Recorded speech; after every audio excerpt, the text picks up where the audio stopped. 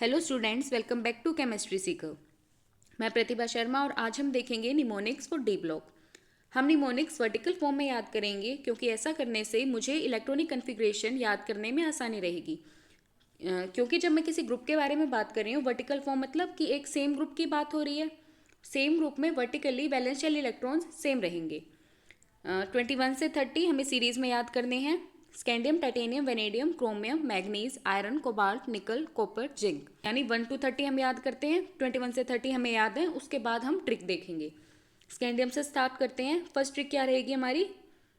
Scylla. Titanium से मेरी क्या रहेगी? तीसरा जरूरी हफ्ता। वेनेडियम से वी नोबी ता। क्रोमियम के बाद कर्मो वाला। मैग्नीज के बाद मैग्नीज मन टेक केयर रे। आयरन के लिए आयरन रुलाकर ओस्मियम। कोबाल्ट के लिए कौन रहेगा Iran.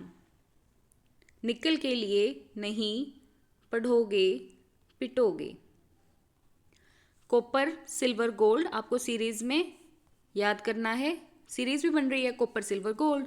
And similarly zinc, cadmium, mercury. Vertical form में याद करने से हमें आसानी रहेगी हमारे एलिमेंट्स की इलेक्ट्रॉनिक कन्फिग्रेशन याद करने में, क्योंकि जो मेरे valence shell electrons 3D series के लिए रहेंगे वही मेरे valence shell electrons 4D series में रहेंगे और 5D सीरीज में रहेंगे।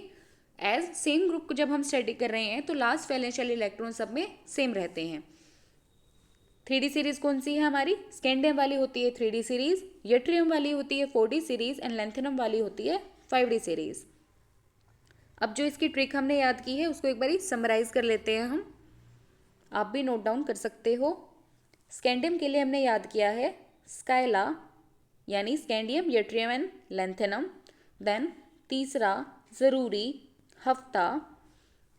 देन वी नोबिता वेनेडियम वाली लाइन के लिए। क्रोमियम वाले ग्रुप के लिए कर्मो वाला। देन मैग्नीज वाले के लिए मन टेक केयर रे। आयरन के लिए आयरन रुलाकर ओस्मियम। कोबाल्ट वाले ग्रुप के लिए कौन रहेगा ईरान। निकल वाले के लिए नहीं पढ़ोगे पिटोगे। कॉपर वाले के लिए copper, silver, gold. And last zinc, cadmium, mercury. ऐसा करने से हमें बहुत आसान हो जाएगा हम अपने 3D ब्लॉक को याद करें। साथ ही साथ डी ब्लॉक याद करने के साथ मुझे इलेक्ट्रॉनिक कन्फिग्रेशन याद करनी आसान हुई कि मैं अपने सभी एलिमेंट्स की इलेक्ट्रॉनिक कन्फिग्रेशन लिख सकूं। क्योंकि स्कैंडियम में अगर हम लिख रहे हैं 3D1 4s2, तो यट्रियम में हम लिखेंगे 4D1 5s2। सिमिलरली लैंथेनम में रहेगा 5D1 6s2। वर्टिकल फॉर्म में याद करने से हमारा काफ़ी सारा काम आसान हो गया। This is all about mnemonics for D block. Stay tuned for more such videos. Thank you.